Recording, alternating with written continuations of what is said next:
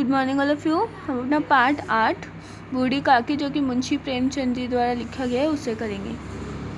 तो हमने यहाँ तक पढ़ लिया था। अब आगे देखो। उनके पति को स्वर्ग सिधारे बहुत वक्त हो चुका था। जो इनके पति थे उनको स्वर्ग सिधारे बहुत वक्त हो चुका था। बेटे तरुण होकर चल बसे, मतलब जब जवान हो के चल बसे इस दुनिया से। अब एक भतीजे के सिवा और कोई न था। इनके पास सिर्फ एक भतीजा ही था जो इनका अपना था और कोई नहीं था। उसी भतीजे के नाम उन्होंने अपनी सारी संपत्ति लिख दी। और उसी भतीजे के नाम क्या की इन्होंने अपनी सारी संपत्ति लिख दी।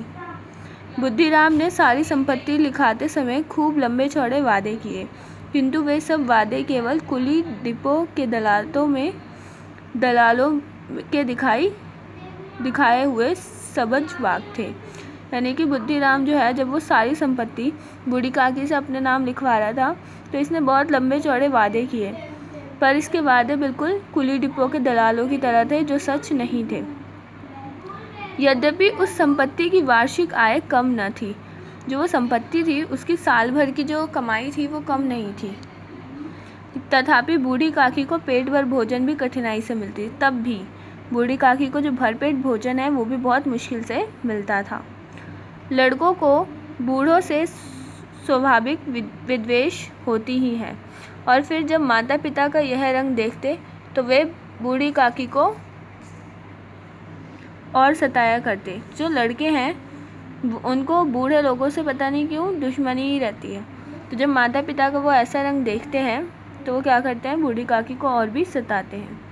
कोई चुटकी काट कर भागता, कोई उन पर पानी की कुल्ली कर देता।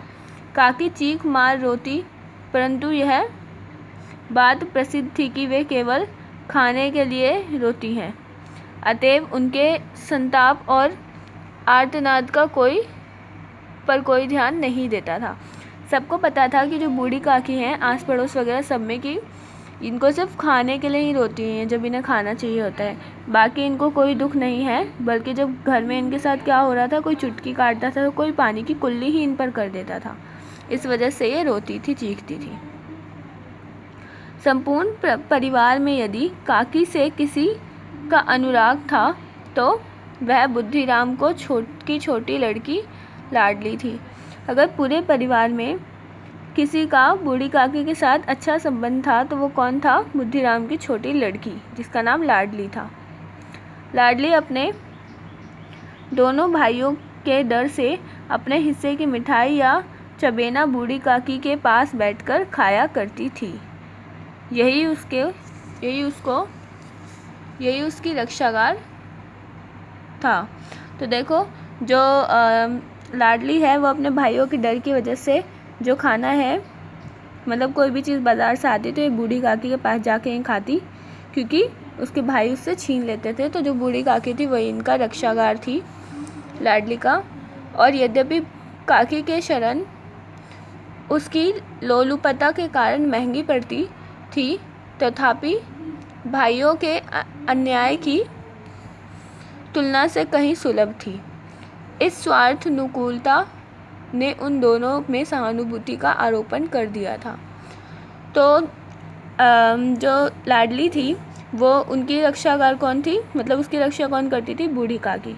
तो अगर बूढ़ी काकी खाना भी चाहती थी, उस चीज़ को जो ये लेके आती थी वो तब भी सस्ता था उनके भाइयों की तुलना में, क्योंकि उनके भाई उनसे सारा ही छीन लेते। तो दोनों अपने अपने स्वार्थ की वजह से एक दूसरे को सहानुभूति दिखाते थे। तो जो लाडली है वो थोड़ा सा बूढ़ी काकी को दे दिया करती थी और बूढ़ी काकी इसके बदले में उसकी रक्षा किया करती थी।